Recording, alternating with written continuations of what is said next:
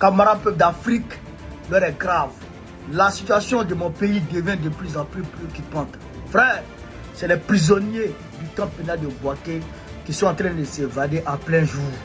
En plein jour, les prisonniers sont en train de s'évader. Ah, chers camarades peuple d'Afrique, suivons la vidéo. Évasion des prisonniers à Bouaké, précisément au camp pénal. À Bouaké, précisément au camp pénal. Actuellement, nous sommes en état de troupe. Nous sommes en état de troupe. Évasion des prisonniers. Évasion des prisonniers. Évasion des prisonniers. Actuellement, nous sommes en état de troupe. Dans le camp pénal. Regardez le campus. Les gens s'enfuient.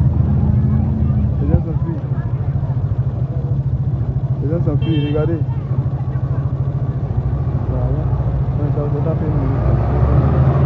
Évasion. Précisément à Bouaké. Ça fait une minute. Précisément à Bouaké. Seulement nous sommes tous en alerte. Voilà, en état de choc. Voilà, donc vous avez suivi la vidéo, chers camarades peu d'Afrique. Ben si vous connaissez parle sans éléments, là on va dire, ah, il ment. Ça, c'est les étudiants qui sont en train de courir comme ça.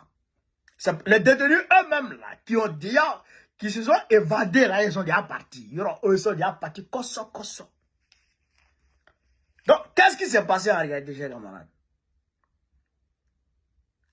Parce qu'il est important de signaler que l'université Alassane Ouattara est juste à côté du camp pénal. Donc, on peut sauter du camp pénal et puis pour tomber dans la cour de l'université et tout ça. Et puis maintenant, tracer pour aller.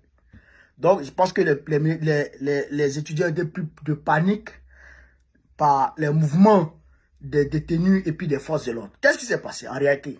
Selon nos sources qu'on a, le mardi 11 février 2025, eh bien, les gardes pénitentiaires ont entamé une fouille musclée.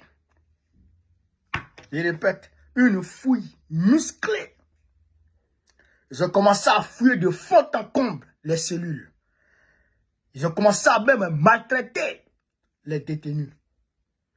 Donc, et les détenus ont été pris par surprise. Donc, ils ont laissé ça passer. Et le mercredi 12, ils sont revenus à la charge.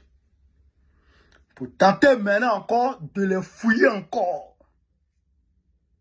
Qu'est-ce qu'ils recherchaient? On ne sait pas. Alors quand ils ont commencé à les fouiller, à les maltraiter, à renverser toutes leurs affaires, les détenus se sont révoltés. Quand ils ont révolté, maintenant, il y a eu altercation entre gardes pénitentiaires et détenus. Donc, il a commencé à avoir coups de poing par là, bou. Donc, les gardes pénitentiaires étaient maintenant débordés. Alors, ils ont fait appel aux forces de l'ordre. Quand les forces de l'ordre arrivent, ils envoient en même temps les gaz lacrymogènes. Quand les gaz tombent, il y a la fumée naturellement. Donc, dans ce mouvement de panique, beaucoup ont profité pour sauter les clôtures, pour essayer d'escalader les murs. D'autres sont partis. Voilà comment ça s'est passé selon nos sources. Mais il y a eu des blessés. On n'a pas encore eu vent de perte en vie humaine, mais il y a eu des blessés. Mais le procureur de Bouaké dit qu'il n'y a pas eu d'évasion. Dès qu'il n'y a pas eu d'évasion, il n'y a pas eu de blessés. On dirait 2 blessés légers. Et puis, il n'y a pas eu de mort. Mais, quand même, les détenus ont tenté d'escalader les murs. Bon, quelqu'un qui est en train d'escalader les murs.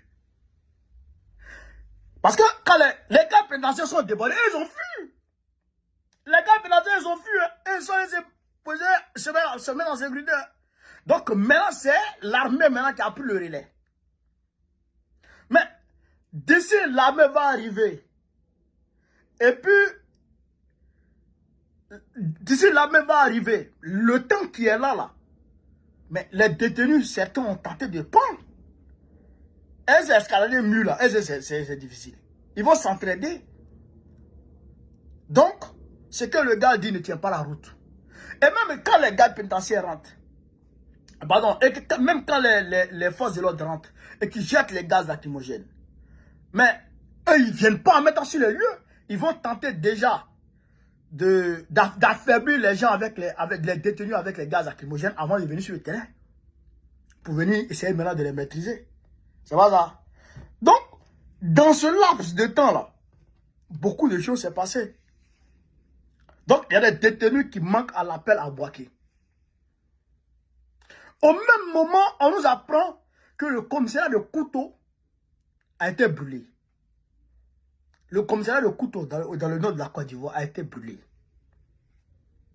Pourquoi les mêmes situations de panique? Parce qu'ils se disent que les détenus cachent des armes ou des forces de défense et de sécurité de l'autre côté là-bas, des policiers de l'autre côté là-bas sont de connivence avec certaines personnes à l'extérieur du pays pour commettre des activités subversives vis-à-vis de Draman. Vous comprenez? Donc, Draman lui-même, il est pris de panique. Il est pris de panique. Actuellement, ça ne va pas. Actuellement, ça ne va pas. Actuellement, le pays est sur un pied. Même les habitants, même le citoyen lambda, lui-même qui n'est pas au courant de tout ce que nous on sait, lui-même, il est pris de panique depuis sa position. Actuellement, les gens ont acheté leur sac de riz. Ceux qui achetaient un sac de riz achètent maintenant 2 sacs de riz. Ils déposent à la maison. Chaque mois, quand il a là, il achète 2 sacs de riz qu'il dépose à la maison. Huile, Kumaji, en tout cas, les gens sont fait leurs provisions. Parce que Draman a créé la piscose.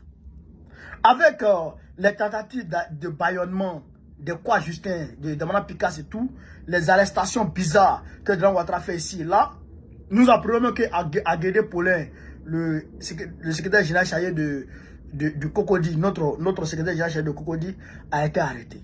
Donc, toutes ces arrestations-là, ça crée la piscose. Parce que le peuple sait que nous, on parle les ça comme ça. Le PAC n'a pas les ça comme ça. L'opposition n'a pas les ça comme ça. Et leur tentative d'exclusion de Thiam, tout ça là, eh bien, ça fait peur au peuple. Ça fait peur au peuple. Les États-Unis d'Amérique, plus de 300 millions d'habitants, ils ont fait leur élection. 0 mort, 0 blessé. 0 mort, 0 blessé. Kamala Harris a été frappée, elle s'est rendue de côté. D'ailleurs, Joe Biden même qui était partant même pour un deuxième mandat, alors qu'il avait la légitimité et la légalité avec lui de briguer son deuxième mandat, mais on lui a demandé de renoncer. Et il a renoncé. D'abord pour sauver son parti. Et celle qui est partie le représenter n'a pas pu face à Trump. Et c'est elle-même qui a investi, on va dire, Trump, Kamala Harris.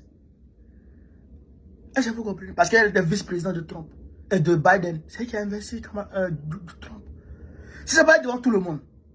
Et aujourd'hui, ils vivent en paix. Ils vivent tranquillement. Ils sont en train de mener leur politique. Ils sont en train de schématiser, d'échafauder des stratégies politiques pour pouvoir contrecarrer Trump en 2028.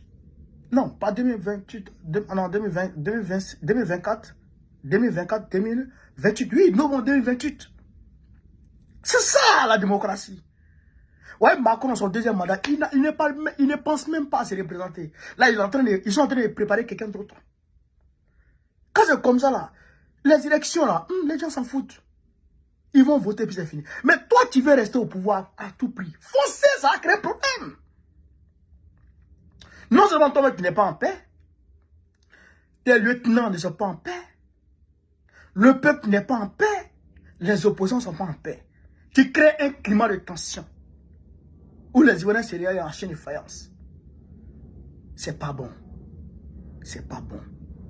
Aujourd'hui, toutes les couches sociales de notre pays sont en alerte. Tout le monde veut rentrer en mouvement.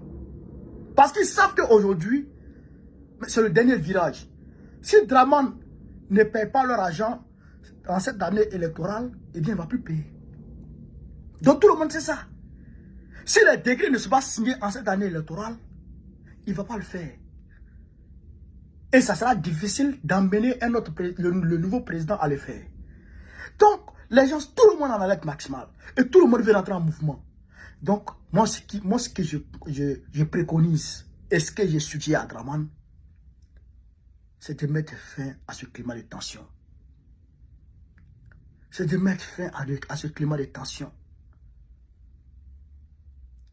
Est-ce que vous comprenez ça?